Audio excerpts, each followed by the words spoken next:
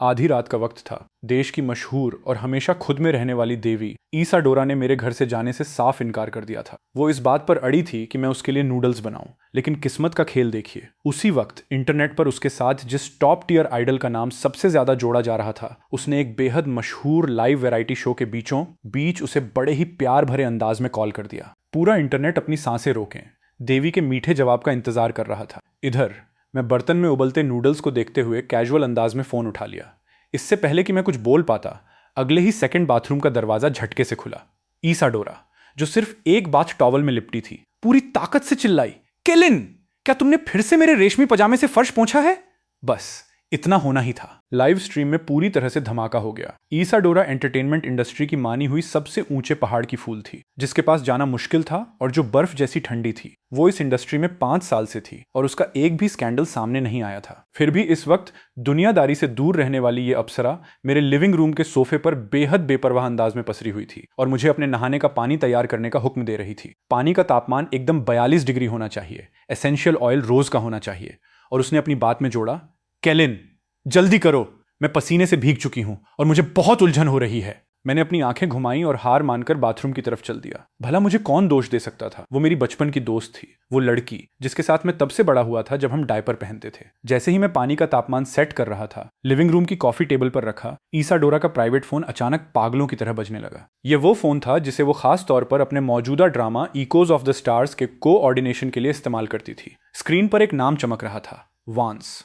वो इस वक्त का सबसे तेजी से उभरता हुआ स्टार था, जो फिलहाल अपने हिट शो के लिए ईसाडोरा के साथ on screen couple PR stunt की भारी लहर पर सवार था, जिसे अक्सर इंडस्ट्री में लुक्स के मामले में सबसे बेहतरीन माना जाता था। मैंने इसके बारे में ज्यादा नहीं सोचा। ये मानकर कि कुछ जरूरी काम होगा, मैंने अपने हाथ पोंछे और कॉल उठाने के लिए स्वाइप कर दिया। ईसाडोरा, तुम इतनी रात गए, क्या कर रही हो? फोन के दूसरी तरफ से वांस की जानबूझकर नीची की गई भारी आवाज आई, जिसमें एक अजीब सी टटोलने वाली झलक थी। क्या तुमने आज का लाइव वैरायटी शो देखा? फैंस हर जगह हमारे नाम स्पैम कर रहे हैं। मुझे तुम्हारी थोड़ी याद आ रही थी। उसकी आवाज हद से ज्यादा मीठी थी, जिसमें से पूरी तरह से बनावटीपन की बदबू आ रही थी। मैं एक पल के लिए सुन्न रह गया। इससे पहले कि मैं मुंह खोलकर समझा पाता कि मैं कौन हूं, इत्तेफाक से बाथरूम से पानी छलकने की आवाज गूंज उठी। ठीक उसके बाद ईसाडोरा की वो पहचानी जाने वाली ठंडी आवाज आई। हालांकि इस वक्त उसमें बहुत ज्यादा चिड़चिड़ाहट और नखरे भरे हुए थे, जो हवा को चीरते हुए आई। केलिन, तुम कहां मर गए? ये बाथटब इतना फिसलन भरा क्यों है? क्या तुमने मुझे इसे बिना रगड़े नहाने के लिए कह दिया? क्या तुम मुझे मार डालना चाहते हो ताकि तुम मेरे क्रेडिट कार्ड का कर्ज विरासत में पा सको?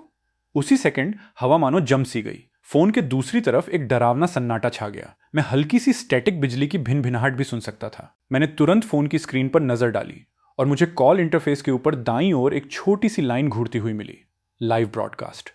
मेरे हाथ कांप गए और मैं उस बेहद महंगे फोन को लगभग टॉयलेट में गिराने ही वाला था। एक लाइव ब्रॉडकास्ट।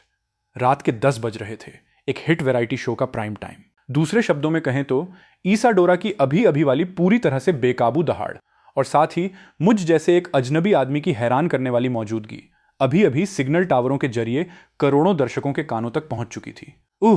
उसके लिए शायद अभी बात करना बहुत सुविधाजनक नहीं होगा। मैंने खुद को संभाला और रिसीवर में एक सूखा, सख्त सा स्पष्टीकरण दिया। तुम कौन हो?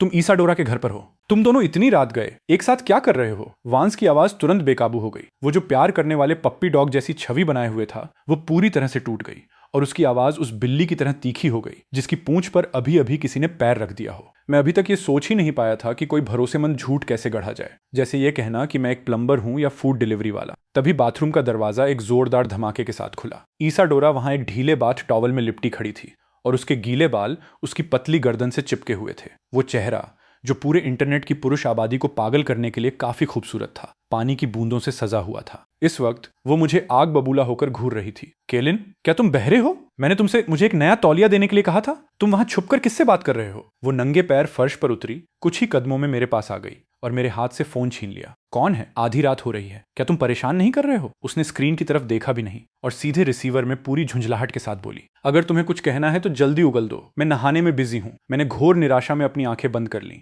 सब खत्म हो गया था। आज रात एंटरटेनमेंट इंडस्ट्री में भूचाल आने वाला था। ईसाडोरा की वो पहुंच से बाहर रहने वाली देवी जैसी छवि अब ऐसे छोटे छोटे टुकड़ों में बिखरने वाली थी जिन्हें कभी वापस जोड़ा नहीं जा सकेगा। मुझे ये जानने के लिए देखने की भी जरूरत नहीं थी कि ट्रेंडिंग सर्च लिस्ट पर अब तक पूरी तरह से कब्जा हो चुका होगा। ईसाडोरा ने घर में छिपाया अनजान आदमी, देवी की छवि, चकनाचूर और वांस को लाइव टीवी पर मिला धोखा जैसे टॉपिक हर जगह छाए होंगे। ईसाडोरा मेरी बचपन की दोस्त थी और मेरी किस्मत का श्राप भी। किंडरगार्टन में जब से उसने मेरी लॉलीपॉप चुराई थी, ये औरत मुझ पर हावी रही थी और एक तानाशाह की तरह बर्ताव करती थी। बाहरी दुनिया को लगता था कि वो एक आइसबर्ग देवी है जिसे सिर्फ दूर से ही निहारा जा सकता है। मैं इकलौता था जो जानता था कि निजी जिंदगी में वो रोजमर्रा के कामों में लगभग पूरी तरह से नाकाबिल थी। एक चिड़चिड़े स्वभाव वाली और खाने में नखरे करने वाली आफत। जब हम बच्चे थे, हम हॉल के ठीक आमने सामने रहते थे। मेरी माँ कहा करती थी, कैलिन, ईसाडोरा की जिंदगी मुश्किल है। उसके माता पिता हमेशा व्यस्त रहते हैं। उसके साथ थोड़ा और तालमेल बिठाकर चला करो। वो थोड़ा सा तालमेल 20 साल से भी ज्यादा समय तक खिंच गया। जब उसे पहली बार पीरियड्स आए तो मैं ही था जिसने उसके लिए पैड खरीदे। जब वो पहली बार किसी झगड़े में पड़ी तो मैंने ही उसका इल्जाम अपने सिर लिया था। यहाँ तक कि एंटरटेनमेंट इंडस्ट्री में कदम रखने के लिए उसका सबसे पहला रेज्यूमे भी मैंने ही भरा था। मैंने अपने सामने खड़ी उस पूरी तरह से बेखबर औरत को देखा और चुपचाप अपनी घबराहट को निगल लिया। मुझे ये मानना ही था कि उसके भयानक स्वभाव के बावजूद उसकी शारीरिक बनावट सच में टॉप टियर थी। वो अभी अभी नहाकर निकली किसी अप्सरा जैसी लग रही थी। उसकी त्वचा सफेद चमक रही थी और उसकी कॉलर बोन नाजुक और गहरी थी। वे आंखें जो हमेशा बर्फ की तरह ठंडी रहती थीं, अब गर्म पानी की भाप के कारण एक आकर्षक धुंध से घिरी हुई थी। लेकिन मैंने बहुत देर तक घूरने की हिम्मत नहीं की। मैं जानता था कि जिस पल भी वो मुझे अपनी सुंदरता को निहारते हुए पकड़ लेगी, वो निश्चित रूप से अपने 7 नंबर के पैर से मुझे जोरदार लात मारेगी और मेरा मजाक उड़ाएगी। केलिन, क्या तुम फिर से अपने दिमाग में मेरी फैंटेसी बना रहे हो? तुम क्या देख रहे हो? मेरा तौलिया कहाँ है? मुझे ख्यालों में खोया हुआ देखकर ईसाडोरा ने एक उंगली बढ़ाई और मेरी छाती पर जोर से चुभोई। इसके पीछे की ताकत इतनी ज्यादा थी कि मुझे लगभग अंदरूनी चोट ही लग गई थी। ये रैक पर है। मैंने अपराध बोध के साथ अपने पीछे इशारा किया। उसने घमंड से एक हंफ की आवाज निकाली और लापरवाही से फोन वापस मेरी तरफ उछाल दिया। इसे काट दो, बहुत शोर है। क्या वांस के दिमाग में कोई खराबी है? शो पहले ही खत्म हो चुका है और वो अभी भी मुझे परेशान कर रहा है। क्या उसे सच में लगता है कि मैं ये नहीं समझ पा रही कि वो सिर्फ मेरी शोहरत का फायदा उठाने की कोशिश कर रहा है? मैंने उस कॉल चालू वाले फोन को ऐसे पकड़ रखा था जैसे वो कोई धधकता हुआ अंगारा हो। वांस ने अभी तक फोन नहीं काटा था। सिर्फ फोन ही नहीं काटा था, बल्कि लाइव स्ट्रीम साफ तौर पर अभी भी चल रही थी, क्योंकि मैं डायरेक्टर के कैमरे स्विच करने की घबराई हुई आवाजें सुन सकता था और साथ ही लाइव स्टूडियो के दर्शकों की बेकाबू चीखें और हंगामा भी सुनाई दे रहा था। ठीक उसी वक्त दूसरी तरफ से आखिरकार कोई रिएक्शन हुआ और घबराहट में सिग्नल काट दिया गया। आखिरकार दुनिया शांत हो गई थी। मैंने फोन सोफे पर फेंक दिया और एक लंबी सांस छोड़ते हुए इस भयंकर दीवा के लिए नूडल्स बनाने के लिए रसोई की तरफ मुड़ गया। ये एक नियम था। ईसाडोरा के नहाने के बाद उसे हर हाल में मेरे हाथ के बने सादे नूडल्स खाने होते थे। अगर उसमें कटा हुआ हरा प्याज का एक भी टुकड़ा कम होता तो वो हंगामा खड़ा कर देती। केलिन, मैं चाहती हूं कि तुम इसमें 2 हाफ फ्राई अंडे डालो, ईसाडोरा ने बाथरूम से चिल्लाते हुए कहा। उसकी आवाज में पूरी ऊर्जा थी, जिसमें एक फीमेल सेलिब्रिटी वाली आत्म जागरूकता का पूरी तरह से अभाव था। हरे प्याज को काटते हुए मैंने मानसिक रूप से अपने बचने का रास्ता तैयार किया। जब उसकी मैनेजर कार्मेला कुछ ही देर में यहां तूफान की तरह आएगी तो वो शायद मेरी चमड़ी उधेड़ देगी। आखिर मैंने अभी अभी अकेले ही उनके 5 साल से बनाए गए जीरो स्कैंडल के उस मिथक को बर्बाद कर दिया था जिसे उनकी कंपनी ने इतनी मेहनत से गढ़ा था। लेकिन मुझे उम्मीद नहीं थी कि सजा इतनी जल्दी आ जाएगी। नूडल्स अभी बर्तन से बाहर ही आए थे कि किसी ने डोरबेल को इतनी जोर से दबाया कि लगा जैसे वो फट जाएगी। केलिन, दरवाजा खोलो, मुझे पता है ईसाडोरा तुम्हारे घर पर है। तुम दोनों ने बहुत बड़ी मुसीबत खड़ी कर दी है। दरवाजे के बाहर से कार्मेला की जानी पहचानी भारी आवाज गूंजी, जो ऐसी लग रही थी जैसे उसे किसी भी वक्त हार्ट अटैक आ जाएगा। इससे पहले कि मैं जाकर दरवाजा खोल पाता, ईसाडोरा तौलिए से अपने बाल सुखाते हुए बाथरूम से बाहर आ चुकी थी। उसने मेरी ओवरसाइज टी-शर्ट पहन रखी थी जिसने उसके शॉर्ट्स को पूरी तरह से छिपा दिया था और उसकी दोनों लंबी टांगें इतनी झलक रही थीं कि किसी को भी चक्कर आ जाए। कौन है? इतना शोर क्यों है? उसने हवा में सूंघा और उसकी आंखें तुरंत चमक उठी। नूडल्स तैयार हैं, कमाल की खुशबू आ रही है। उसने दरवाजे पर हो रही जोरदार खटखटाहट को पूरी तरह नजरअंदाज किया और सीधे डाइनिंग टेबल की तरफ लपकी। कटोरा उठाकर उसने एक बड़ा सा कौर लिया। तुम्हारे नूडल्स अभी भी सबसे बेहतरीन हैं। सेट पर मिलने वाले बॉक्स लंच तो सच में सुअरों के खाने जैसे होते हैं। मैंने बेबसी से आह भरी और दरवाजा खोलने के लिए आगे बढ़ा। जैसे ही दरवाजा खुला, कार्मेला एक तोप के गोले की तरह अंदर घुसी। ईसाडोरा, तुम्हें अभी भी नूडल्स खाने का मन कर रहा है? कार्मेला ने अपनी आर्टिस्ट की तरफ देखा जिसका मुंह तेल से चमक रहा था और वो खुद गुस्से से कांप रही थी। उसने एक टैबलेट ऊपर उठाया और उसे सीधे ईसाडोरा के चेहरे के सामने कर दिया। खुद देख लो, ट्रेंडिंग सर्च फट चुके हैं, सर्वर पूरी तरह से क्रैश हो गए हैं। स्क्रीन पर गहरे लाल रंग के सर्च टर्म चौंकाने वाले तरीके से प्रमुख थे। ईसाडोरा बाथरूम, दरवाजा कांड, रहस्यमयी आदमी कैमरे में कैद। केलिन कौन है? वांस को सरेआम मिला धोखा और बेइज्जती। ईसाडोरा एंटरटेनमेंट इंडस्ट्री से बाहर निकलो। ईसाडोरा ने जिसके मुंह से आधा फ्राई अंडा लटक रहा था, लापरवाही से स्क्रीन की तरफ देखा। फट गए, मतलब फट गए। तो क्या हुआ? उसने अंडा निगला, अपना मुंह पोंछने के लिए एक टिश्यू खींचा और पूरी तरह से बेपरवाह दिखी। मैं वैसे भी बहुत समय से अपनी इमेज बदलना चाह रही थी। पूरे दिन दिखावा करना बहुत थका देने वाला होता है। तुम! कार्मेला ने गुस्से में अपनी छाती पकड़ ली और ईसाडोरा की तरफ उठी हुई उसकी उंगली जोर से कांप रही थी। क्या ये इमेज बदलने का मामला है? ये एक स्कैंडल है, पूरी तरह से बर्बादी। क्या तुम समझ रही हो? कॉन्ट्रैक्ट तोड़ने की पेनल्टी तुम्हें बर्बाद कर देगी। तो उन्हें मुझे बर्बाद करने दो। ईसाडोरा ने कंधे उचकाए। उसने अचानक अपना सिर घुमाकर मेरी तरफ देखा और उसके चेहरे पर एक शातिर मुस्कान थी। केलिन के पास वैसे भी बहुत पैसा है, उसे इसके पैसे भरने दो। मैं पलटकर जवाब देने ही वाला था कि कार्मेला की तीखी नजर तुरंत मुझ पर टिक गई। केलिन, तुम बेवकूफ! तुम आमतौर पर इतने समझदार लगते हो, इतने अहम मौके पर तुम इतने जाहिल कैसे हो सकते हो? वो एक लाइव ब्रॉडकास्ट था। Live broadcast. कार्मेला ने मेरे माथे पर उंगली चुभोई। उसे इस बात का बहुत गुस्सा था कि मैं उम्मीदों पर खरा नहीं उतरा। बहुत बढ़िया, अब पूरा इंटरनेट तुम्हारी जन्म कुंडली खंगाल रहा है। वे कह रहे हैं कि तुम ईसाडोरा के पाले हुए एक खिलौने हो, उस तरह के मुफ्तखोर जो एक औरत पर निर्भर रहते हैं लेकिन फिर भी नखरे दिखाते हैं। मेरा मुंह फड़क उठा। मुफ्तखोर? मैं एक इज्जतदार। खैर, इस छत के नीचे मैं सच में काफी हद तक एक मुफ्तखोर जैसा ही लग रहा था। कार्मेला, असल में मैंने अभी समझाने की कोशिश की थी। चुप रहो! कार्मेला ने मेरी बात काट दी। अब समझाने का क्या फायदा? पीआर डिपार्टमेंट पहले ही लॉकडाउन में है। अब सिर्फ एक ही रास्ता बचा है। कार्मेला ने एक गहरी सांस ली। उसकी आंखें ईसाडोरा और मेरे बीच तेजी से घूम रही थीं और फिर आखिरकार उसने दांत पीसते हुए कहा, हम रिलेशनशिप को मान लेते हैं। ईसाडोरा और मैं एक साथ बोले, क्या? यही इकलौता तरीका है। कार्मेला के शब्द तेजी से बाहर निकले। हम बस ये कहेंगे कि तुम बचपन के प्यार हो, कि तुम सालों से डेट कर रहे हो और तुम्हारा रिश्ता बहुत मजबूत है। इस तरह हम आम जनता की नजर में थोड़ी बहुत साख बचा सकते हैं। हम एक गंदे प्राइवेट लाइफ स्कैंडल को एक सच्चे और पवित्र प्यार की कहानी में बदल देंगे। इसके अलावा केलिन दिखने में बुरा नहीं है। थोड़ी साफ सफाई के बाद वो कैमरे पर अच्छा लगेगा। ईसाडोरा ने पलकें झपकाईं और फिर अचानक हंस पड़ी। उसने अपनी चॉपस्टिक्स नीचे रखी, मेरे पास चलकर आई और मेरे कंधे पर एक हाथ डाल दिया, लगभग अपना पूरा वजन मुझ पर टिकाते हुए। ठीक है, मुझे कोई एतराज नहीं है। इस लड़के के लिए तो ये फायदे का सौदा है। उसने अपना सिर घुमाया और उसकी गर्म सांसें मेरे कान पर महसूस हुई, एक ऐसी आवाज का इस्तेमाल करते हुए जिसे सिर्फ हम दोनों ही सुन सकते थे। उसने फुसफुसाकर कहा, हे छोटे पैरों वाले केलिन, अब से तुम आधिकारिक तौर पर मेरे पसंदीदा गुलाम हो। क्या तुम खुश हो? मेरे दिल की धड़कन एक पल के लिए रुक गई। मैंने अपने इतने करीब उसके बेदाग चेहरे को देखा। उसकी आंखों में एक सफल शरारत की चमक थी, लेकिन उनमें एक ऐसा भाव भी छिपा था जिसे मैं पूरी तरह से समझ नहीं पाया। तभी मेरी जेब में रखे फोन में वाइब्रेशन हुआ। मैंने उसे बाहर निकाला और देखा कि एक अनजान नंबर से एक टेक्स्ट मैसेज आया था। कंटेंट बहुत छोटा था, लेकिन उसमें धमकी का भारी लहजा था। ईसाडोरा से दूर रहो, वो भी तब अगर तुम नहीं चाहते कि तुम्हारे उस वक्त के गंदे राज सबके सामने खींचकर बाहर लाए जाएं। मैंने अपनी आंखें सिकोड़ लीं और उस मैसेज को घूरता रहा। उस वक्त के गंदे राज? मैं, केलिन, हमेशा एक सीधे रास्ते पर चला था और मैंने चीजें सही ढंग से की थी। मेरी इकलौती तथाकथित डार्क हिस्ट्री शायद यही थी कि मैंने ईसाडोरा की खातिर उस सर्कल को पूरी तरह से छोड़ दिया था। ऐसा लग रहा था कि कोई घबरा रहा है। क्या ये वांस था या उसके पीछे खड़ी पूंजी?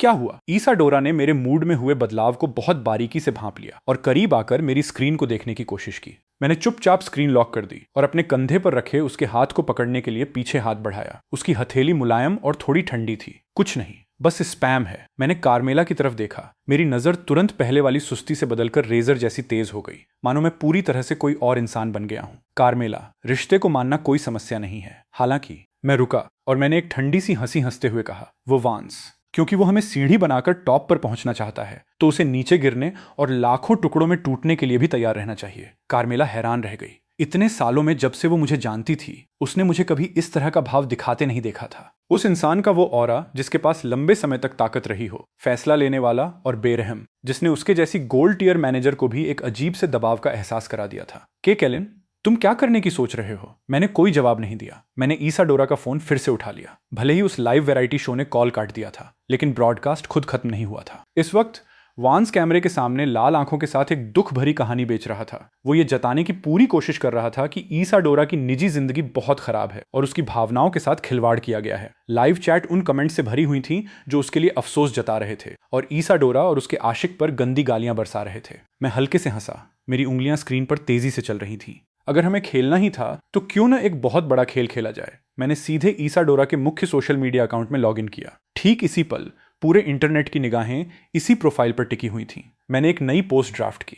इसके साथ जुड़ी फोटो में वही आधे खाए हुए सादे नूडल्स का कटोरा था और साथ ही मेरी टी शर्ट पहने ईसाडोरा की पीठ की तस्वीर थी। कैप्शन सिर्फ एक साधारण सा वाक्य था, लेकिन ये पूरी एंटरटेनमेंट इंडस्ट्री को पलट कर रख देने के लिए काफी था। बचपन से जो नूडल्स मैं खाती आ रही हूँ, किसी और के बनाए नूडल्स मुझे पसंद नहीं आएंगे। रही बात कुछ नाचने वाले जोकरों की, अगर तुम अपनी एक्टिंग का हुनर अपने असली किरदारों में लगा पाते तो आज भी तुम सिर्फ लिप सिंक करने वाले एक ट्रैफिक स्टार बनकर नहीं रह जाते। At once. मैंने सेंड पर क्लिक कर दिया। जिस पल पोस्ट सफलतापूर्वक अपलोड हुआ, फोन की स्क्रीन ने ऐसा बर्ताव किया जैसे किसी अदृश्य हाथ ने उसे बेरहमी से कुचल दिया हो। तस्वीर एक घूमते हुए लोडिंग सर्कल पर अटक गई और फिर एप्लीकेशन झटके से क्रैश होकर होम स्क्रीन पर वापस आ गया। इंटरफेस पर एक सन्नाटा छा गया। 3 सेकंड बाद कार्मेला की चीख ने लगभग घर की छत ही फाड़ दी। केलिन, क्या तुम पागल हो गए हो? तुमने ईसाडोरा के मुख्य अकाउंट का इस्तेमाल करके ऐसा कुछ पोस्ट कर दिया? तुम एक टॉप टियर आइडल के खिलाफ जंग का ऐलान कर रहे हो। क्या तुम्हें इस बात की शिकायत है कि हम इतनी जल्दी बर्बाद क्यों नहीं हो रहे? अपना टैबलेट पकड़े हुए कार्मेला के हाथ कांप रहे थे। स्क्रीन पर रियल टाइम कमेंट सेक्शन,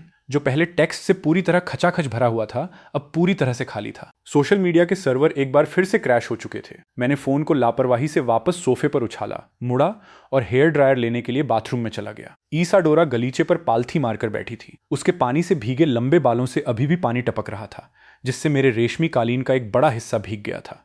वह दूसरी तरफ पूरी तरह से शांत थी। मुट्ठी भर सूरजमुखी के बीज पकड़े हुए वो उन्हें फोड़ रही थी और कार्मेला की तरफ देखते हुए अस्पष्ट आवाज में बुदबुदा रही थी। क्या तुम आत्माओं को बुलाने की कोशिश कर रही हो? ये सिर्फ एक सोशल मीडिया पोस्ट है। इसमें इतनी बड़ी क्या बात है? इतनी बड़ी क्या बात है? कार्मेला भयंकर गुस्से के मारे हंस पड़ी। वो बस एक पूरा भाषण शुरू करने ही वाली थी कि तभी उसके हाथ में पकड़े फोन पर अचानक एक रिंगटोन बज उठी। कॉलर आईडी देखते ही कार्मेला के चेहरे के भाव गुस्से से बदलकर खौफ में बदल गए और उसके बाद तुरंत अविश्वास का भाव आ गया। ये स्टारी नाइट का हेड डायरेक्टर है। कार्मेला ने डर के मारे कांपते हुए कॉल उठाई और उसे स्पीकर फोन पर डाल दिया। लाइन के दूसरी तरफ से डायरेक्टर की जल्दबाजी भरी लेकिन निस्संदेह रोमांचित आवाज आई, मैनेजर कार्मेला, पीआर कंट्रोल बंद करो। पूरा इंटरनेट इस वक्त इस घटना के बारे में चर्चा कर रहा है। सर्वर पहले ही 2 बार क्रैश हो चुके हैं। ये ट्रैफिक का एक खगोलीय आंकड़ा है। मुझे कोई परवाह नहीं कि पहले वाला वो आदमी कौन है। ईसाडोरा को लाओ और अभी के अभी स्टूडियो पहुंचो, तुरंत, अभी। हम मौके पर ही एक लाइव क्लैरिफिकेशन ब्रॉडकास्ट होस्ट करने जा रहे हैं। जब तक तुम लोग आने की हिम्मत दिखाते हो,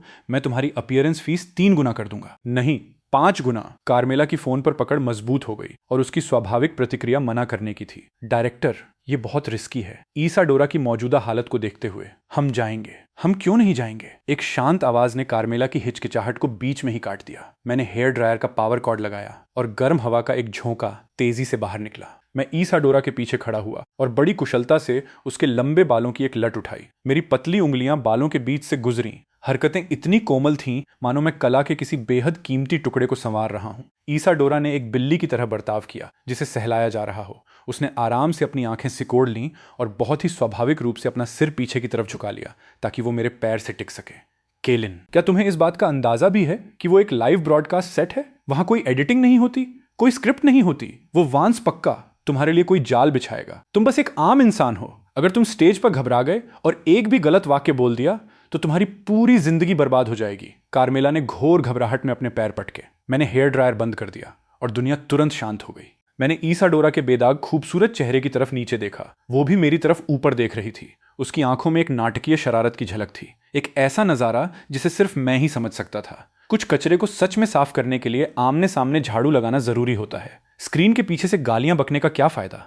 मैंने हेयर ड्रायर कार्मेला की तरफ फेंका और ईसाडोरा के आधे सूखे बालों को लापरवाही से संवारा। इसके अलावा कोई हमारे दरवाजे तक आकर बदतमीजी कर गया है। अगर मैं जाकर बदले में कोई शानदार तोहफा नहीं देता तो क्या यह बहुत बड़ा असभ्य बर्ताव नहीं लगेगा? ईसाडोरा हंस पड़ी। वो खड़ी हुई और उसने आलस से अंगड़ाई ली। उस एक पल में उसका ऑरा तुरंत एक सुस्त मोहल्ले की बिल्ली से बदलकर वापस उसी रौबदार, पूरी ताकत वाली फीमेल सेलिब्रिटी में बदल गया। कार्मेला, गाड़ी तैयार करो, क्योंकि कोई तमाशा देखना चाहता है तो चलो उन्हें जिंदगी भर याद रहने वाली परफॉर्मेंस देते हैं। आधे घंटे बाद सेलिब्रिटी वैन टेलीविजन स्टेशन के अंडरग्राउंड पार्किंग गैरेज में आकर रुकी। जैसे ही हम बाहर निकले, मैं हवा में बारूद की गंध महसूस कर सकता था। इंतजार में बैठे कई पपाराजी ने लगभग अपने कैमरे के लेंस मेरे चेहरे में घुसा दिए थे। कैमरों की चमक इतनी अंधा कर देने वाली थी कि आंखें खुली रखना नामुमकिन था। बिना कोई भाव दिखाए मैंने अपने शरीर से ईसाडोरा को ढका और एलिवेटर तक पूरे रास्ते उसकी रक्षा की। ब्रॉडकास्ट स्टूडियो के बैकस्टेज का माहौल डरावने हद तक दमघोंटू था। स्टाफ हमें ऐसे देख रहा था जैसे हम 2 लाशें हों जिन्हें जमीन में गाड़े जाने वाला हो। उनकी नजरों में हमदर्दी और ड्रामे के लिए उत्सुक इंतजार का एक अजीब सा मिश्रण था। तुम दोनों सीधे स्टेज पर जा सकते हो। लाइव ब्रॉडकास्ट पहले ही शुरू हो चुका है। डायरेक्टर ने अपने हाथ रगड़े और हमारा स्वागत करने के लिए आगे बढ़ते हुए उसका चेहरा लाल चमक रहा था। हालांकि उसकी नज़रें बार बार मेरी तरफ घूम रही थीं, जैसे ये मापने की कोशिश कर रही हूं कि मैं, ये अनजान आदमी, असल में कितनी हैसियत रखता हूं। मैंने हमारे आसपास गूंज रही फुसफुसाहटों को नज़रअंदाज किया और स्टेज की तरफ जाने वाले विशाल दरवाजों को धकेल कर खोल दिया। अंधा कर देने वाली स्पॉटलाइट्स सीधे मेरे चेहरे पर पड़ी। स्टेज के बीचों बीच वांस एक शुद्ध सफ़ेद हाउते काउचर सूट पहने सोफे पर बैठा था। उसकी आंखों के गड्ढे थोड़े लाल थे और उसके चेहरे पर पूरी तरह से निराशा का भाव था। वो बिल्कुल एक ऐसे गहरे प्यार करने वाले राजकुमार की तरह लग रहा था जिसे अभी अभी बड़ी बेरहमी से छोड़ दिया गया हो। हमें बाहर आते देख उसकी आंखों में एक मुश्किल से दिखाई देने वाली शातिर दुर्भावना कौंध गई, लेकिन वो पल भर में गायब हो गई और उसकी जगह एक दबाए हुए दर्दनाक दुख के भाव ने ले ली। ईसाडोरा, तुम आ गई। वांस खड़ा हुआ। उसकी आवाज़ भारी थी। उसने अपने माइक्रोफोन में आह भरी। सच कहूं तो तुम्हें अपने इस दोस्त को यहां लाने की जहमत उठाने की जरूरत नहीं थी। जब तक तुम खुश हो, मुझे थोड़ा सा अन्याय सहने में कोई एतराज नहीं है। मैं बस ये नहीं चाहता कि तुम्हें कोई धोखा दे। पीछे हटने के बहाने आगे बढ़ने की ये चाल बहुत ही बेहतरीन तरीके से चली गई थी। स्टेज के नीचे मौजूद फैंस तुरंत फूट पड़े, अपने एलईडी साइन ऊपर उठाए और पागलों की तरह चीखने लगे, मत रो वांस! इस गंदे कपल को एंटरटेनमेंट इंडस्ट्री से बाहर निकल जाना चाहिए। होस्ट, जो हमेशा ड्रामे और हंगामे की तलाश में रहता था, उसने तुरंत एक माइक्रोफोन सीधे मेरे चेहरे के सामने कर दिया और उसका लहजा तीखा और चालाकी भरा था। सर, देवी ईसाडोरा के सोशल मीडिया पर अभी जो पोस्ट आया था वो आपने ही भेजा था, है ना? वांस का कहना है कि उन्हें इस बात की चिंता है कि ईसाडोरा को फंसाया जा रहा है और उन्होंने ये भी इशारा किया है कि किसी का स्वभाव बहुत गुस्सैल और हिंसक है। आप इसे कैसे समझाएंगे? आप असल में क्या काम करते हैं? क्या आप सच में वही मशहूर मुफतखोर हैं जिसके बारे में हर कोई बात कर रहा है? ईसाडोरा की भौहें तन गईं। जैसे ही वो भड़कने वाली थी, मैंने हाथ बढ़ाकर उसके कंधे पर मजबूती से दबाव डाला। उसके कंधे नाजुक थे, जो इस वक्त मुश्किल से रोके गए गुस्से की वजह से अकड़े हुए थे। मैंने उसे हल्के से थपथपाया, उसे शांत रहने और अपना गुस्सा काबू में रखने का इशारा करते हुए। वांस एक तरफ खड़ा था, पाखंडी तरीके से चीजों को शांत करने की कोशिश कर रहा था। होस्ट, प्लीज उनसे ये मत पूछिए। शायद इन सज्जन का स्वभाव थोड़ा बेबाक है। मुझे यकीन है कि क्योंकि ईसाडोरा ने इन्हें चुना है तो उनके पास अपने कारण होंगे।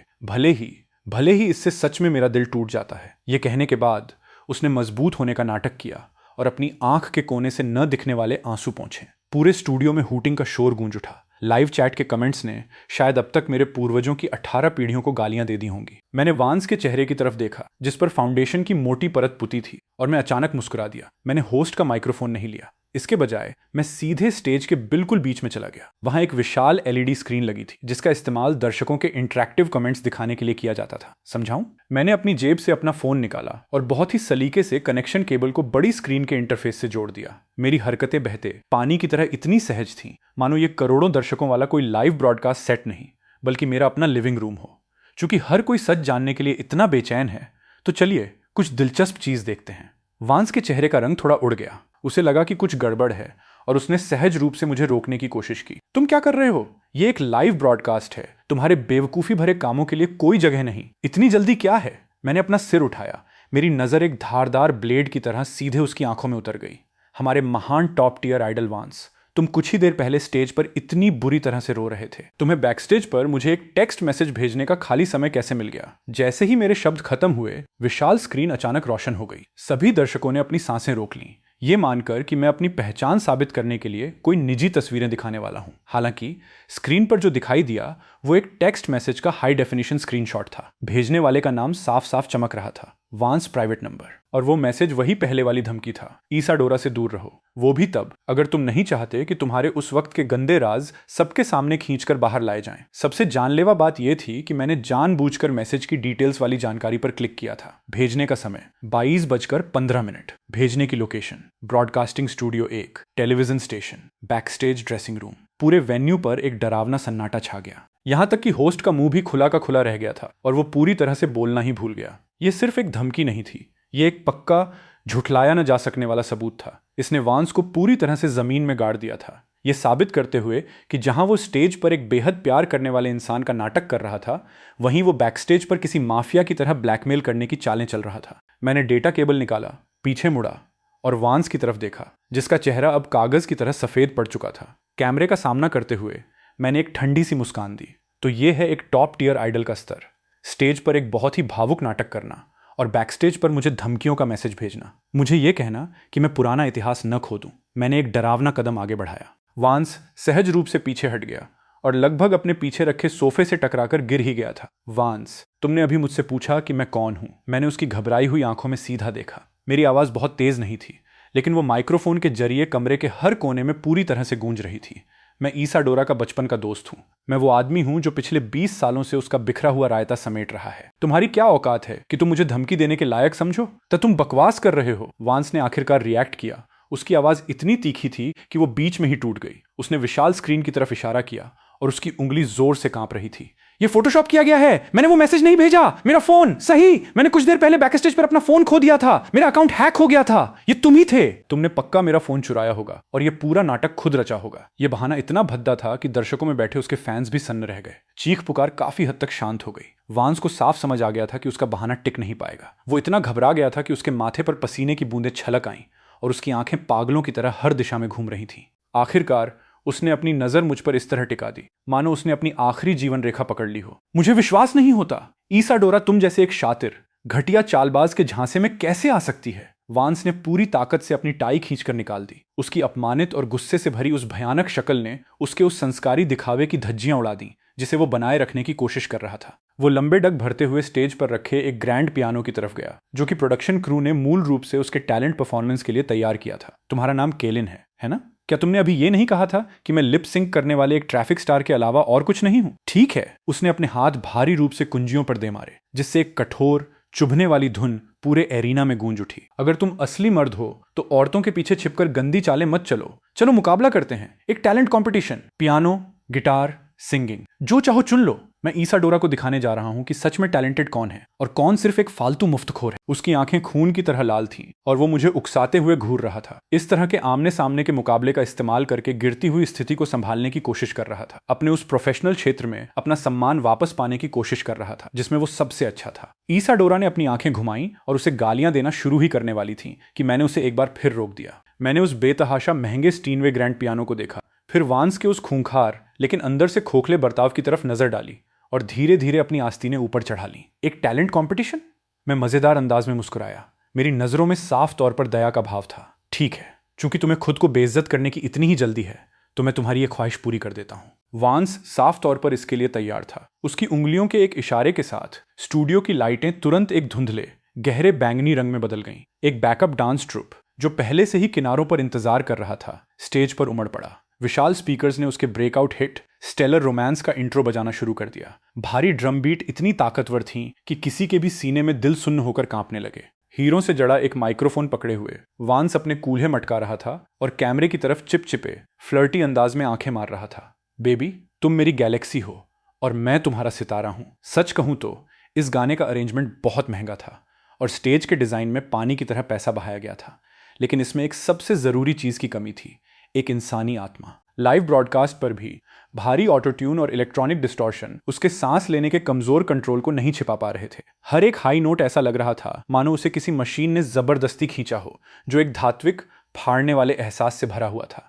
वो बहुत हैंडसम है, वो कमर, वो टांगें। दर्शकों के बीच बिठाए गए पेशेवर फैंस बहुत ही वफादार थे और उनकी चीखें लगभग छत को ही उठा रही थीं। वांस स्पष्ट रूप से इस बनावटी तारीफ का मजा ले रहा था। गाना खत्म करने के बाद वो बुरी तरह से हाँफ रहा था और उसने मेरी तरफ एक ताना मारता हुआ लुक फेंका। उसकी आंखें चिल्ला चिल्ला कर कह रही थीं, क्या तुमने ये देखा? ये होती है पूंजी की ताकत, मिस्टर कैलिन। वांस ने अपने माथे से पसीना पोंछा और एक घमंडी सुपीरियरिटी के साथ जानबूझकर मिस्टर शब्द पर जोर दिया। भले ही आप सिर्फ एक नौसिखिए हैं, लेकिन क्योंकि हम मुकाबला कर रहे हैं तो मैं आप पर धौंस नहीं जमाऊंगा। यहाँ के लाइव बैंड इंस्ट्रक्टर सभी टॉप टियर हैं। आप क्या गाना चाहते हैं? टू टाइगर्स या ट्विंकल ट्विंकल लिटिल स्टार? जब तक आपको धुन पता है, बैंड आपका साथ दे सकता है। दर्शक मजाक उड़ाने वाली हंसी से गूंज उठे। मैंने उसके व्यंग्यात्मक तानों को नजरअंदाज कर दिया। मेरी नजर महंगे ग्रैंड पियानो को पार करते हुए स्टेज के एक कोने पर जा टिकी। वहां एक एकॉस्टिक गिटार रखा हुआ था जिसका पेंट उखड़ रहा था। गिटार की बॉडी फीके पड़े पीले हो रहे स्टिकर्स से भरी हुई थी। यह साफ तौर पर एक पुराना वाद्य यंत्र था जिसका इस्तेमाल बैंड इंस्ट्रक्टर कैजुअल रिहर्सल के लिए करते थे। मैं वहां गया और उसे उसकी गर्दन से उठा लिया। ये ठीक रहेगा। लाइव बैंड का म्यूजिक डायरेक्टर लंबे बालों वाला एक अधेड़ उम्र का आदमी था। वो बोरियत के मारे अपने ड्रमस्टिक्स को घुमा रहा था, लेकिन जब उसने मुझे वो खस्ता हाल गिटार उठाते हुए देखा तो उसकी भौहें तुरंत गहराई से तन गईं। नौजवान, उन तारों का एक्शन काफी हाई और कड़क है, साथ ही उसमें पिकअप भी इंस्टॉल नहीं है। साउंड रिसेप्शन ठीक है। मैं एक ऊंचे स्टूल पर बैठ गया और लापरवाही से तारों को झंकृत किया। ट्यूनिंग थोड़ी बिगड़ी हुई थी। मेरे बाएं हाथ ने फ्रेट्स को दबाया, जबकि मेरे दाएं हाथ ने एक जंगली आज़ाद रवैये के साथ बहुत ही माहिर तरीके से ट्यूनिंग पेग्स को घुमाया। जो म्यूजिक डायरेक्टर पहले कोई दिलचस्पी नहीं ले रहा था, उसने अचानक अपनी ड्रमस्टिक्स घुमाना बंद कर दिया। वो झटके से सीधा हो गया। उसकी सुस्त आंखों में अचानक एक चौंकाने वाली चमक आ गई और वो मेरे बाएं हाथ को बहुत गौर से देखने लगा। जैसे ही कोई उस्ताद अपनी चाल चलता है, आपको उसकी असली कीमत का अंदाजा हो जाता है। फिंगरिंग की जो तकनीक मैंने अभी इस्तेमाल की थी, वो बहुत ही दुर्लभ ओपन ट्यूनिंग मेथड था। केवल वो इंसान जो लोक संगीत को एक बिल्कुल मास्टर क्लास स्तर पर बजाता हो, वही इसका इस्तेमाल करेगा। ब्रॉडकास्ट स्टूडियो का शोरगुल धीरे धीरे कम होता गया। मैंने माइक्रोफोन की ऊंचाई सेट की। मेरी नजर अंधा कर देने वाली स्पॉटलाइट्स को चीरते हुए ईसाडोरा पर जाकर टिकी। वो स्टेज के किनारे पर खड़ी थी। उसने अपनी बाहें अपनी छाती पर बांध रखी थीं और उसके चेहरे पर एक खतरनाक भाव था जो कह रहा था, अगर तुमने मुझे बेइज्जत करने की हिम्मत की तो मैं तुम्हारा खून कर दूंगी। फिर भी उसकी उंगलियां, जो उसकी अपनी ही बाहों को इतनी कसकर पकड़े हुए थीं, वो उसकी घबराहट को पूरी तरह से बयां कर रही थी। इस गाने का कोई नाम नहीं है। मैंने तारों को छेड़ा। मेरी आवाज नीची और गहरी थी। इसमें कोई दिखावटी, बढ़ा चढ़ाकर पेश की गई तकनीकें नहीं थीं, बल्कि इसकी बनावट बिल्कुल लकड़ी पर रगड़े जाने वाले सैंड पेपर जितनी कच्ची थी। 5 साल की उम्र में तुमने मेरी कैंडी चुराई थी। 7 साल की उम्र में तुम पेड़ पर चढ़ी और अपने कपड़े फाड़ लिए। तुमने कहा था कि जब तुम बड़ी होगी तो सबसे बहादुर राजा से शादी करोगी। फिर भी 18 साल की होने वाली उस रात को तुम रोईं और तुमने मुझसे एक गर्म सूप का कटोरा बनाने की मिन्नतें की। एक साधारण स्ट्रमिंग, मेरी धीमी कहानी कहने वाली आवाज के साथ मिलकर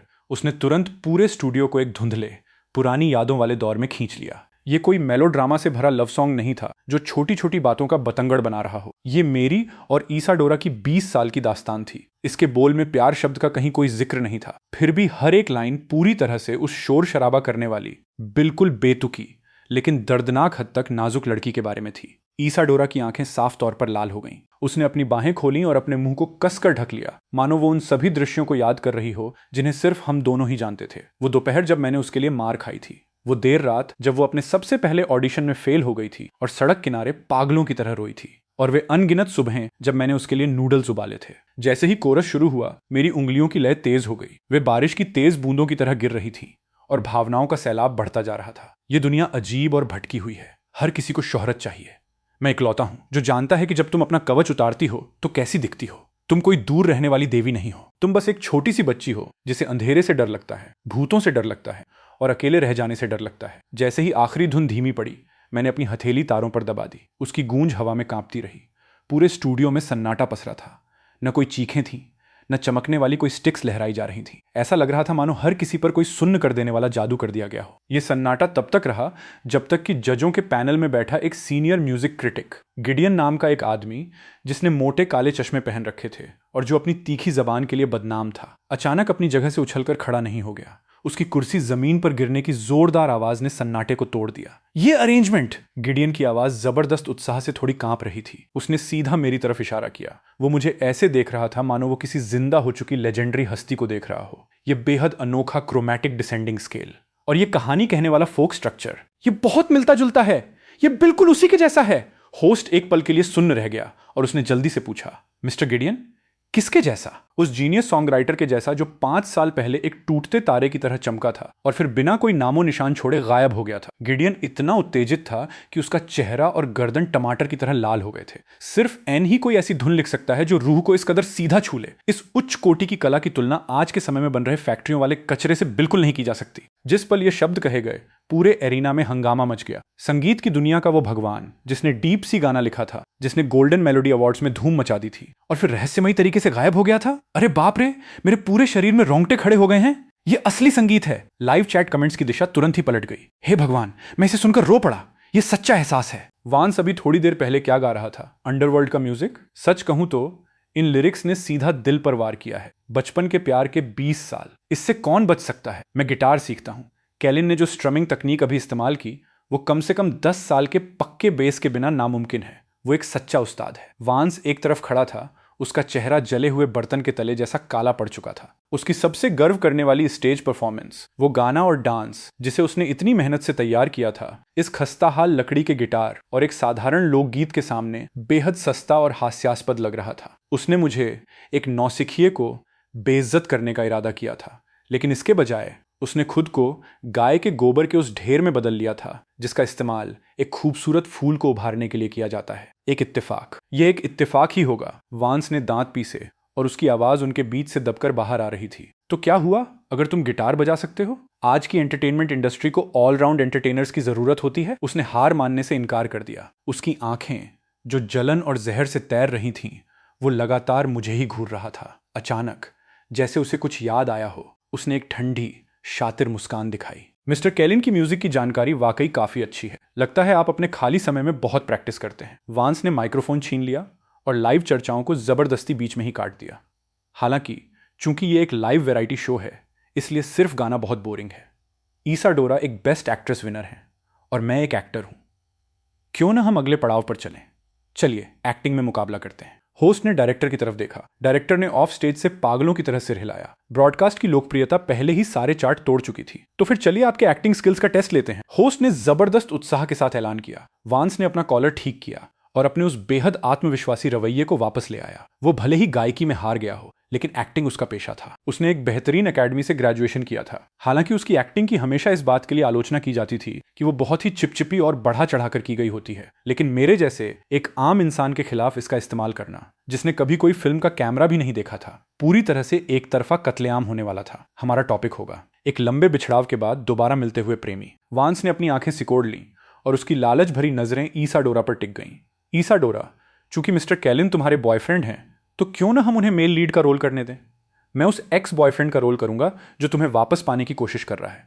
हम बिना तैयारी के इम्प्रोवाइज करेंगे और देखेंगे कि कौन किसकी परफॉर्मेंस का मुकाबला कर पाता है। उसकी शातिर चाल इतनी साफ थी कि मैं उसे स्टेज पर गूंजते हुए सुन सकता था। ये एक्टिंग का मुकाबला कैसे था? ये साफ तौर पर एक्टिंग को एक बहाने के रूप में इस्तेमाल करके लाइव ब्रॉडकास्ट पर सरेआम ईसाडोरा का फायदा उठाने की एक चाल थी। या वो अपने डायलॉग्स और फिजिकल ब्लॉकिंग का इस्तेमाल करके मुझे दबाना चाहता था ताकि मैं एक बेवकूफ की तरह दिखूं। ईसाडोरा मना ही करने वाली थी कि मैंने धीरे से गिटार किनारे रखा और खड़ा हो गया। ठीक है, मैंने वांस की तरफ देखा और मुस्कुराया। क्योंकि तुम खेलना चाहते हो तो मैं तुम्हारा मन रख लेता हूं। स्टेज की लाइटें तुरंत मध्यम हो गईं और सिर्फ एक स्पॉटलाइट बिल्कुल बीच में चमकने लगी। वांस ने एक गहरी सांस ली और तुरंत अपने किरदार में आ गया। मुझे ये मानना ही पड़ेगा कि उसका शारीरिक दिखावा वाकई काफी धोखा देने वाला था। वो तेजी से ईसाडोरा के पास गया और उसने उसकी कलाई पकड़ ली। उसकी आंखों में एक पागलपन और सनक भरी लालसा जल रही थी। ईसाडोरा, तुम मुझसे छिप क्यों रही हो? मुझे पता है तुम अभी भी मुझसे प्यार करती हो। वो लड़का केलिन तुम्हारे लायक बिल्कुल भी नहीं है। जैसे जैसे वांस अपने डायलॉग बोल रहा था, उसने मौका पाकर अपने शरीर को ईसाडोरा के और करीब कर लिया। उसका दूसरा हाथ बहुत ही सधे हुए तरीके से आगे बढ़ा, जो ईसाडोरा की कमर के चारों ओर लिपटने की कोशिश कर रहा था। उसकी पीठ कैमरे की तरफ थी, जिससे दर्शकों को बहुत कुछ दिखाई नहीं दे रहा था, लेकिन मैं इसे पूरी तरह से साफ देख सकता था। उसकी आंखों की गहराई में एक घिनौनी, हवस भरी चमक कौंध गई। वो इस बात की शर्त लगा रहा था कि लाइव कैमरे के लेंस के सामने ईसाडोरा उस पर भड़कने की हिम्मत नहीं करेगी। वो इस बात पर दांव लगा रहा था कि मैं, जो इस फील्ड का बिल्कुल भी नहीं था, उसके ऑरा से डर जाऊंगा और बस किनारे पर खड़ा रहूंगा, पूरी तरह से हैरान रहूंगा कि क्या करना है, और सिर्फ एक बैकग्राउंड प्रॉप से ज्यादा कुछ नहीं बनूंगा। ईसाडोरा की भौहें गहराई से सिकुड़ गईं और वो झटके से खुद को दूर खींचने ही वाली थी कि तभी एक तेज खटकने की आवाज गूंजी। शांत स्टूडियो में बेल्ट के बकल के खुलने की वो साफ आवाज बेहद अप्रत्याशित थी। वांस की हरकतें रुक गईं। मैंने बिना किसी जल्दबाजी के अपनी शर्ट के कॉलर का ऊपर का बटन खोला और फिर दूसरा बटन भी। वो सुस्त और कैजुअल ऑरा जो आमतौर पर मेरे चारों ओर रहता था, उसी पल पूरी तरह से गायब हो गया। मैंने वांस की तरफ नहीं देखा, न ही मैंने ईसाडोरा की तरफ देखा। मैंने बस अपना सिर थोड़ा नीचे झुकाए रखा और अपनी आस्तीनें ऊपर चढ़ाते हुए अपने फोरआर्म्स की चिकनी गठीली मसल्स को बाहर निकाला। जब मैंने अंततः अपना सिर उठाया तो मेरी वे नींदी, आधी झुकी हुई आंखें अब एक ऐसे खूंखार जानवर की तरह घूर रही थीं जिसे अभी अभी किसी ने बड़ी बेदर्दी से जगा दिया हो। मेरी पुतलियों की गहराई से एक खौफनाक और जबरदस्त आक्रामकता झलक रही थी। उस पल हवा मानो जम सी गई। मैं कदम दर कदम उनकी तरफ बढ़ा। कोई जोरदार चीख पुकार नहीं थी, कोई बढ़ा चढ़ाकर किए गए इशारे नहीं थे। फिर भी मेरे हर एक कदम के साथ वांस ने ईसाडोरा को पकड़ने के लिए जिस हाथ का इस्तेमाल किया था, वह जोर से कांपने लगा।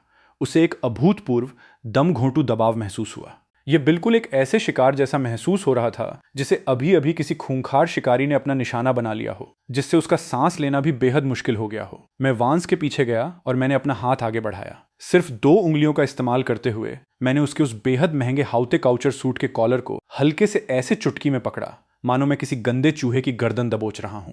लायक नहीं है? मैं उसके कान के बिल्कुल पास झुका। मेरी आवाज नीची और भारी थी, जिसमें एक लापरवाही भरे मजाक की झलक थी, फिर भी वो बेहद खतरनाक थी। कौन सी बात तुम्हें मेरी औरत को छूने की हिम्मत देती है? इस पल मैं केलिन नहीं था, मैं वो पूर्ण शासक था जो स्क्रिप्ट में सब कुछ कंट्रोल करता था, एक फैसला लेने वाला और जानलेवा सरदार। वांस के पैर तुरंत जवाब दे गए। स्टूडियो में खौफनाक सन्नाटा छा गया, जिसमें सिर्फ वांस के घुटनों के फर्श के तख्तों से टकराने की दबी हुई आवाज हवा में गूंज रही थी। वो वहां घुटनों के बल बैठा था, उसका चेहरा डरावनी हद तक पीला पड़ चुका था और उसकी नजरें पूरी तरह से फोकस खो चुकी थीं। उस दबदबे के अचानक हुए प्रदर्शन से वो साफ तौर पर पूरी तरह से सदमे में आ गया था। वो बिल्कुल भी ऐसा नहीं लग रहा था कि वो एक्टिंग कर रहा हो। इसके बजाय वो बिल्कुल उस आदमी की तरह लग रहा था जो सच में किसी खूंखार कातिल से टकरा गया हो और डर के मारे उसकी रूह ही कांप गई हो। मैंने उसे सांस लेने के लिए 1 सेकंड का भी वक्त नहीं दिया। क्या तुम अभी से घुटनों पर आ गए?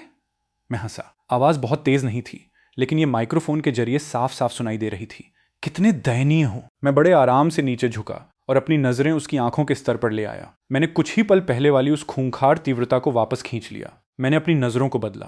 वो दम घोंटू दबाव गायब हो गया और अपने पीछे सिर्फ दुनिया की थकान और धूल छोड़ गया। मैंने घुटनों के बल बैठे वांस पर कोई ध्यान नहीं दिया। उसे अनदेखा करते हुए मैंने उसके पास खड़ी ईसाडोरा को देखा। इस पल मेरी आंखें सिर्फ उसी पर टिकी थीं। ईसाडोरा, मैंने पुकारा। उस एक नाम के अंदर एक लंबे इंतजार के बाद फिर से मिलने की खुशी छिपी थी। मजबूरन दूर जाने का दर्द था और वे सभी छिपे हुए जज्बात थे जिन्हें मैंने अपने अंदर बहुत गहराई में दफन कर रखा था। ईसाडोरा का शरीर सिहर उठा। वो एक बेस्ट एक्ट्रेस विनर थी आखिरकार, और उसकी रिएक्शन टाइमिंग कमाल की थी। जिस सेकंड मेरी नजर उस पर पड़ी, वो तुरंत उस सीन में खिंचती चली गई। मूल रूप से वो सिर्फ तमाशा देख रही थी, लेकिन अब मेरी आंखों में देखते हुए, जिनमें हमेशा व्यंग्य भरे मजाक की एक झलक होती थी, लेकिन जो अब एक अथाह कुंड की तरह गहरी थी, ईसाडोरा ने सहज रूप से एक कदम आगे बढ़ाया। उसकी आंखें लाल हो गईं और उसके होंठ कांपने लगे। तुम वापस आ गए। ये लाइन किसी स्क्रिप्ट में नहीं थी, ये बस उसके मुंह से बहुत स्वाभाविक रूप से निकल गई। मैंने अपना हाथ आगे बढ़ाया और अपनी उंगलियों को उसके गाल से सिर्फ 1 इंच की दूरी पर हवा में ही रोक लिया, जैसे मैं उसे छूने के लिए बेचैन हूं, लेकिन असल में ऐसा करने से बहुत डर रहा हूं। इस दर्दनाक तनाव ने कमरे में मौजूद हर किसी को जकड़ लिया। किसी ने जोर से सांस लेने की हिम्मत तक नहीं की। मैं कभी दूर नहीं गया था। मेरे मुंह के कोने फड़के एक ऐसी मुस्कान देते हुए जो आंसुओं के ज्यादा करीब लग रही थी। मेरी आवाज बेहद भारी थी। मैं हमेशा तुम्हें अंधेरे से छिपकर देखता रहा हूं, तुम्हें चमकते हुए देखता रहा, तुम्हें इस तरह के कचरे से परेशान होते हुए देखता रहा। जब मैंने वाक्य का दूसरा हिस्सा कहा तो मेरी नजरें बर्फ जैसी ठंडी हो गईं और मेरी आंख के कोने से एक ताजा तेज किए गए ब्लेड की तरह जमीन पर बैठे वांस की तरफ एक झलक गई। वांस आखिरकार अपने सदमे से बाहर आया। घोर अपमान की एक जबरदस्त लहर सीधे उसके सिर पर चढ़ गई, जिससे उसका चेहरा गहरे लिवर के रंग का हो गया। वो एक इज्जतदार टॉप टियर आइडल था, फिर भी वो एक लाइव ब्रॉडकास्ट पर एक आम इंसान के सामने घुटनों के बल गिर गया था। अगर ये बात बाहर फैली तो उसका पूरा करियर तबाह हो जाएगा। बकवास।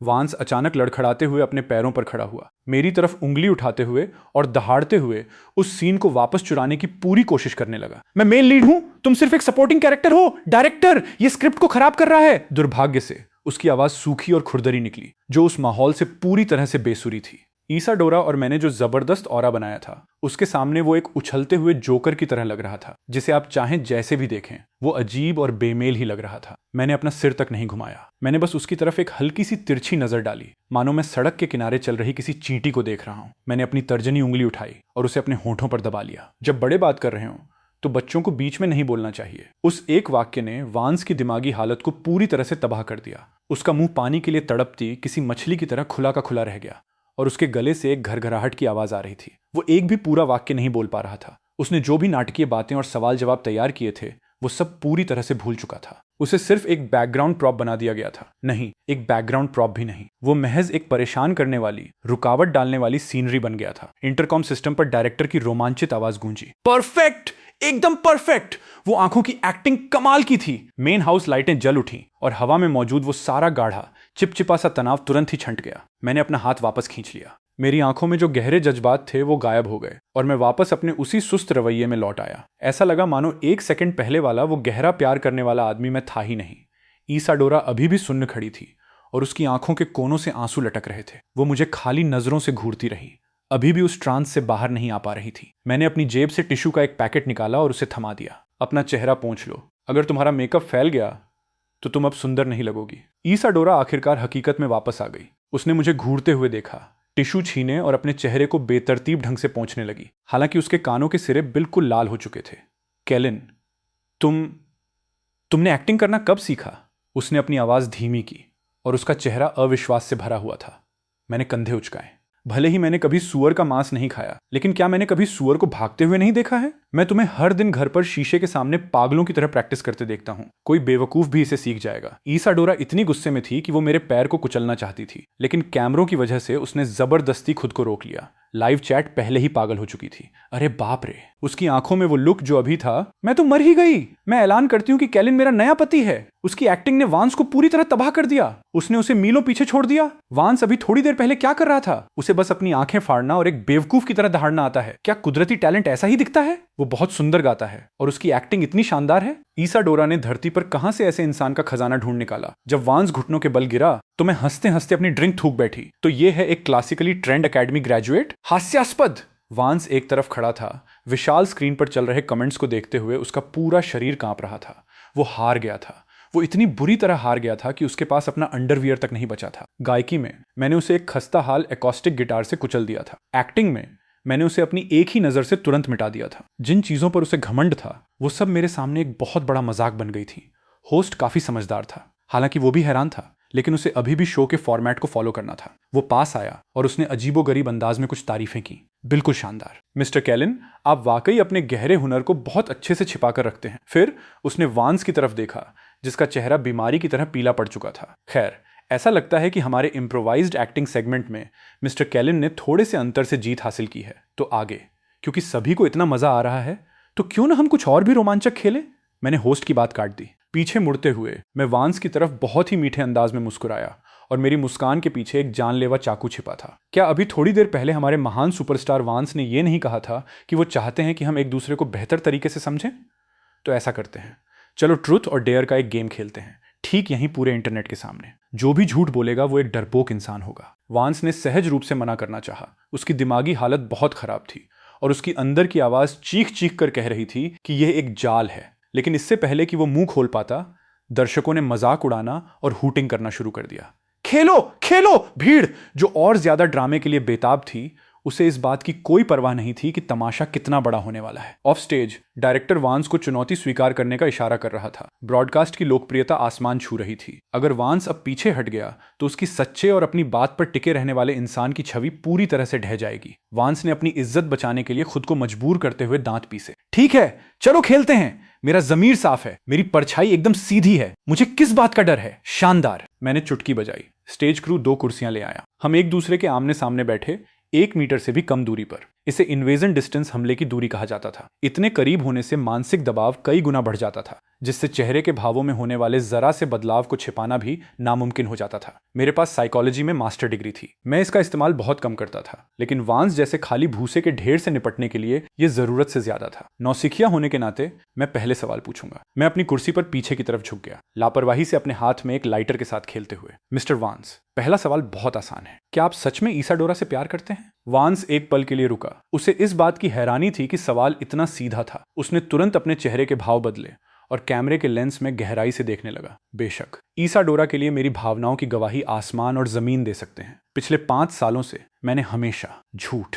मैंने उसकी बात को बड़ी बेरुखी से काट दिया। तुम्हारी पुतलियां पल भर में 0.5 मिलीमीटर तक फैल गईं। तुम्हारी बाईं रिंग फिंगर ने अनजाने में तुम्हारी पैंट की सिलाई को खरोंचा। ये एंजाइटी के किताबी लक्षण है। इसके अलावा तुमने जवाब देने से पहले 1.2 सेकंड का पॉज लिया और तुम्हारी नजर ऊपर दाईं ओर खिसक गई। सेरेब्रल कॉर्टेक्स की रिस्पॉन्स मैपिंग में यह किसी झूठ को गढ़ने का संकेत देता है। मैंने मशीन की तरह डेटा की एक लंबी लाइन उगल दी। दर्शकों की सांसें अटक गईं। वांस के चेहरे का रंग उड़ गया। तो तुम बकवास कर रहे हो? ये एक साइकोलॉजिकल ट्रिक है। मैं इसके झांसे में नहीं आऊंगा। ये बकवास है या नहीं, तुम अपने दिल में सच्चाई बहुत अच्छी तरह जानते हो। मैंने अपने शरीर को आगे की तरफ झुकाया और पल भर में ही हमारे बीच की दूरी को कम कर दिया, जिससे एक बहुत बड़ा और दमघोंटू दबाव पैदा हुआ। दूसरा सवाल, तुम्हारा दावा है कि तुम 5 साल पहले बर्कली में संगीत की पढ़ाई कर रहे थे और इसी वजह से तुम उस साल के गोल्डन मेलोडी अवार्ड समारोह में शामिल नहीं हो पाए थे।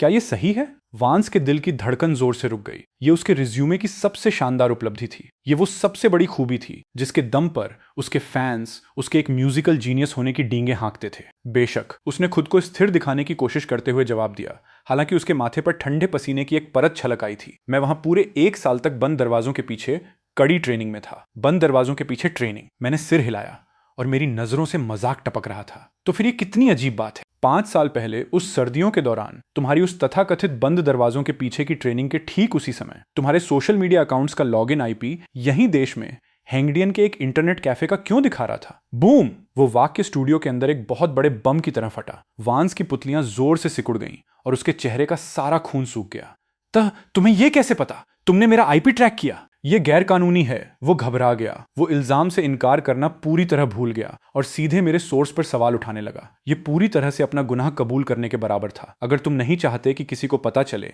तो पहले वो काम करो ही मत। मैंने बिना रुके अपना वार जारी रखा और अपने बोलने की स्पीड बढ़ा दी ताकि उसे सोचने का कोई समय न मिले। तीसरा सवाल, 5 साल पहले स्टेलर रोमांस गाना रिलीज होने से एक दिन पहले क्या तुम किसी से मिले थे? एन नाम के किसी सॉन्ग राइटर से? एन नाम सुनते ही वांस को लगा जैसे उस पर बिजली गिर गई हो। उसका पूरा शरीर कांपने लगा। वो नाम उसका सबसे बड़ा बुरा सपना था और उसके गुनाह का सबूत भी। नहीं, मैं ऐसे किसी इंसान को नहीं जानता। वो गाना मैंने खुद लिखा है। वो मेरा ओरिजिनल काम है, मेरी खुद की रचना है। वांस बेतुकी बातें बकने लगा। उसकी आवाज कान फाड़ देने वाली तीखी थी। उसके हाथों ने कुर्सी के हत्थों को इतनी कसकर पकड़ लिया था कि उसके पोर बिल्कुल सफेद पड़ गए थे। पसीना उसकी गालों से लगातार टपक रहा था। वो डरा हुआ था। वो इतना डरा हुआ था कि उसके दिमाग ने काम करना पूरी तरह से बंद कर दिया था। तुमने इसे खुद लिखा था? मैंने ताना मारा। मेरी नजर चाकू की तरह तेज थी। अगर तुमने इसे खुद लिखा था तो तुम अभी थोड़ी देर पहले स्टेज पर कोरस में सिंकोपेटेड रिदम्स को सही से क्यों नहीं गा पाए? तुम्हें यह तक क्यों नहीं पता था कि यह गाना मूल रूप से एक गुजर चुकी दादी के लिए लिखा गया था और इसके बजाय तुमने इसे एक कचरे जैसे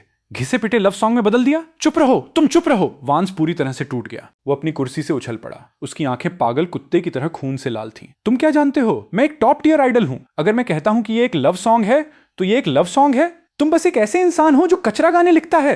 तुम मार्केट के बारे में क्या जानते हो?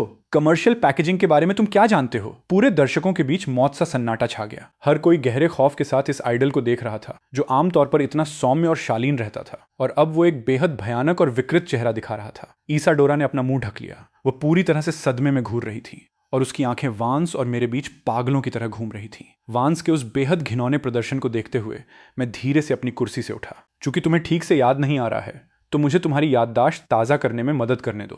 मैंने अपने सूट की जेब में हाथ डाला और एक काले रंग का वॉइस रिकॉर्डर बाहर निकाला। यह बहुत पुराना था।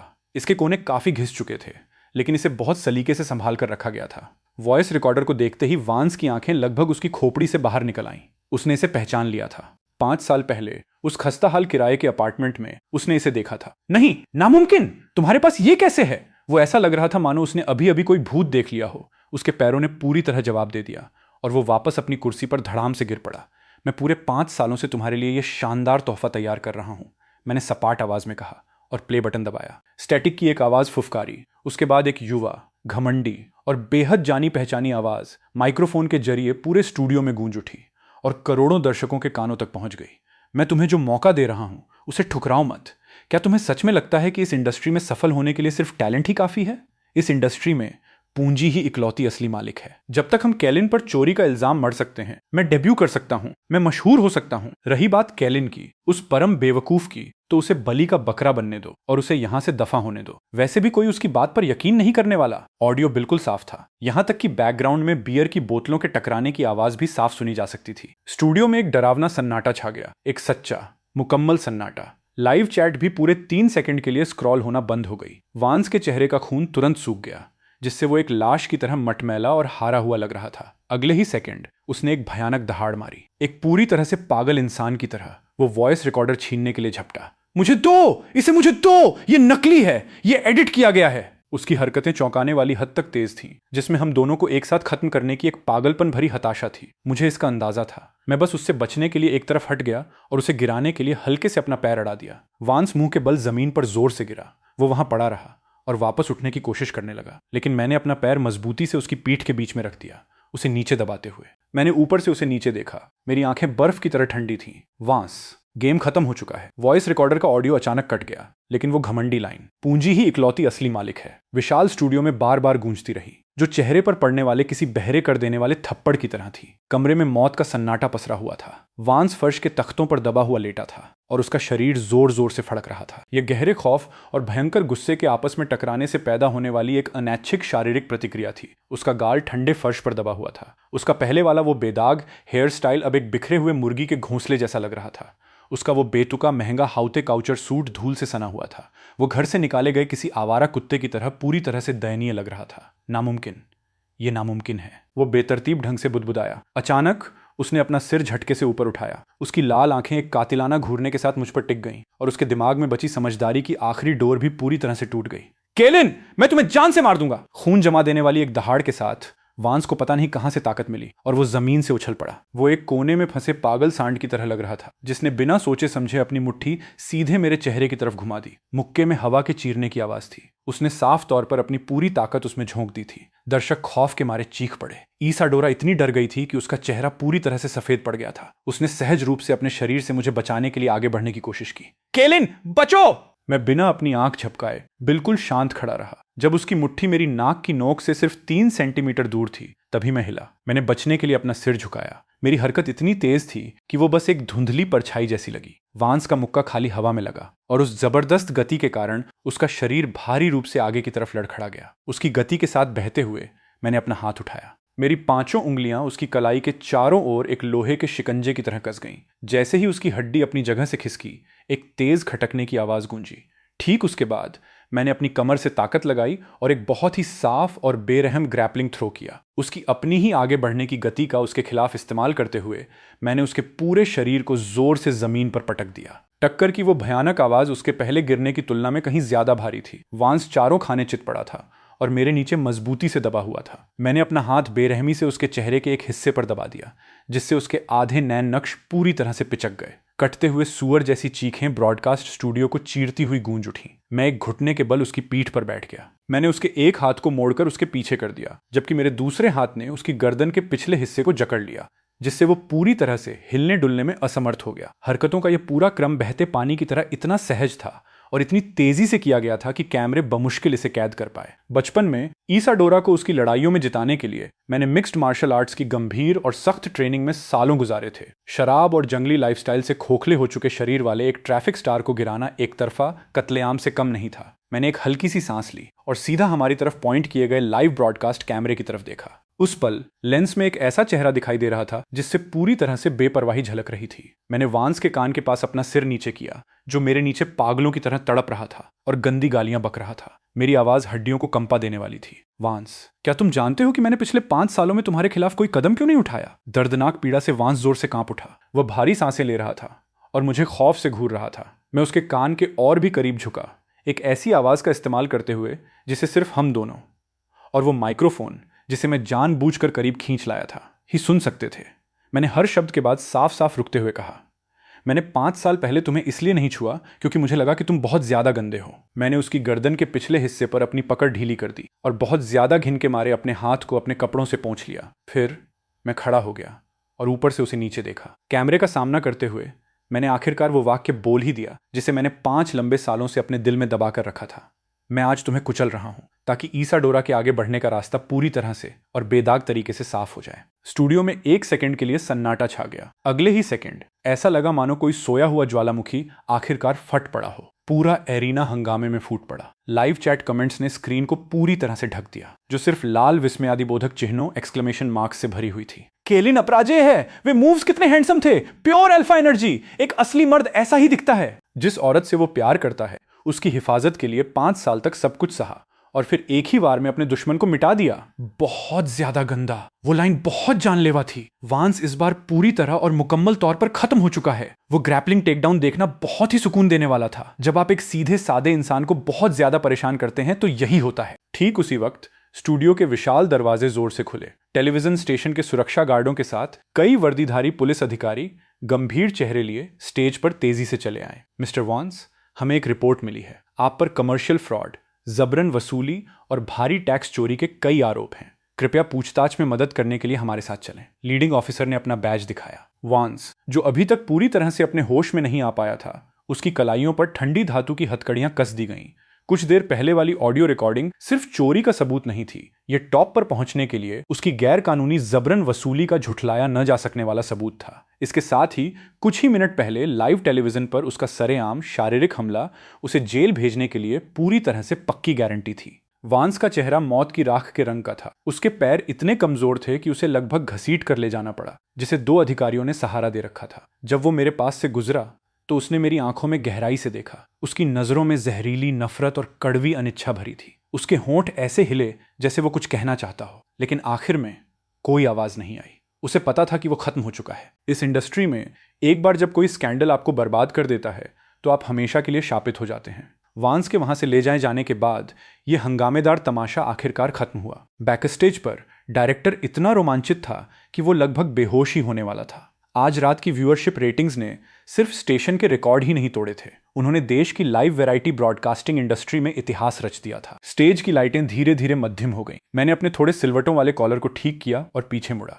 ईसाडोरा अभी भी वहीं खड़ी थी। उसकी आंखें एक डरे हुए छोटे खरगोश की तरह लाल थीं। उसने मुझे देखा। उसके होंठ ऐसे हिल रहे थे मानो उसके पास कहने के लिए हजारों शब्द हों। फिर भी उसे समझ नहीं आ रहा था कि कहां से शुरू करे। मैंने आह भरी, उसके पास गया और सहज रूप से उसका सिर सहलाने के लिए हाथ बढ़ाया। तुम वहां एक बेवकूफ की तरह क्यों खड़ी हो? चलो चलें। ईसाडोरा ने सुबकते हुए अपनी नाक सुड़की, फिर अचानक मेरी बाहों में गिर पड़ी। उसके हाथ मेरी कमर के चारों ओर कस गए और उसने अपना चेहरा मेरी छाती में छिपा लिया। केलिन, तुम एक कमीने हो, उसने आंसुओं से भरी भारी आवाज में मुझे कोसा। तुमने ये बात मुझसे 5 साल तक छिपा कर रखी। तुमने मुझे पहले क्यों नहीं बताया? मैंने उसके शरीर की कंपकंपी को महसूस करते हुए धीरे से उसकी पीठ थपथपाई और बेबसी से मुस्कुराया। मैं तुम्हें क्यों बताता? ताकि तुम अपने इस तेज गुस्से को लेकर उसकी पूरी कंपनी को उड़ा दो। ईसाडोरा ने अपना चेहरा मेरी छाती पर रगड़ा और उसके आंसुओं ने मेरी शर्ट को भिगो दिया। मुझे कोई परवाह नहीं। अगर तुमने मुझे फिर कभी धोखा देने की हिम्मत की तो मैं फिर कभी तुम्हारे हाथ के बने नूडल्स नहीं खाऊंगी। ठीक है, ठीक है, मैं तुमसे झूठ नहीं बोलूंगा। मैंने अपनी बाहों को उसके चारों ओर लपेट लिया, पूरे क्रू की ईर्ष्या भरी नजरों के बीच और गवाह के तौर पर चमकने वाले अनगिनत कैमरों की फ्लैश के साथ मैंने बैकस्टेज से बाहर निकलने के रास्ते की तरफ बड़े बड़े कदम बढ़ाए। उस रात सोशल मीडिया के ट्रेंडिंग सर्च पूरी तरह से क्रैश हो गए। केलिन और ईसाडोरा, एक अमर जोड़ी, वांस गिरफ्तार और गॉड टियर एन की वापसी जैसे टैग्स पूरे एक हफ्ते तक फ्रंट पेज की सुर्खियों पर छाए रहे। 3 महीने पलक झपकते ही गुजर गए। देर पतझड़ की एक रात हवा ने पहले ही एक तेज ठंडक ले ली थी। घरेलू फिल्म इंडस्ट्री के सर्वोच्च सम्मान गोल्डन स्टैच्यू अवार्ड्स का शानदार समारोह आज रात नेशनल ग्रैंड थिएटर में आयोजित किया जा रहा था। रेड कारपेट के दोनों ओर स्पॉटलाइट्स ने रात के अंधेरे को दिन की तरह रोशन कर दिया था। वांस का नाम एंटरटेनमेंट सर्कल से पूरी तरह से गायब हो चुका था। मैंने सुना था कि उसे 7 साल की सजा हुई है और फिलहाल वो अंदर सिलाई मशीन चलाकर अपना समय काट रहा है। दूसरी तरफ ईसाडोरा ने अपनी इमेज बदलने वाली मास्टरपीस साइलेंट टेस्टिमनी के साथ सभी बड़े फिल्म फेस्टिवल्स में नॉमिनेशन की झड़ी लगा दी थी। मैं तीसरी पंक्ति में फैमिली सीटिंग एरिया में बैठा था, एक ऐसा सूट पहने हुए जो मुझ पर बिल्कुल फिट नहीं बैठ रहा था और बोरियत के मारे अपने फोन पर गेम खेल रहा था। मेरे आसपास बैठे सभी लोग इंडस्ट्री के दिग्गज और सेलिब्रिटी थे, जो सभी बिल्कुल सीधे और सलीके से बैठे थे। मैं इकलौता था जो पूरी तरह से उस जगह से बेमेल लग रहा था।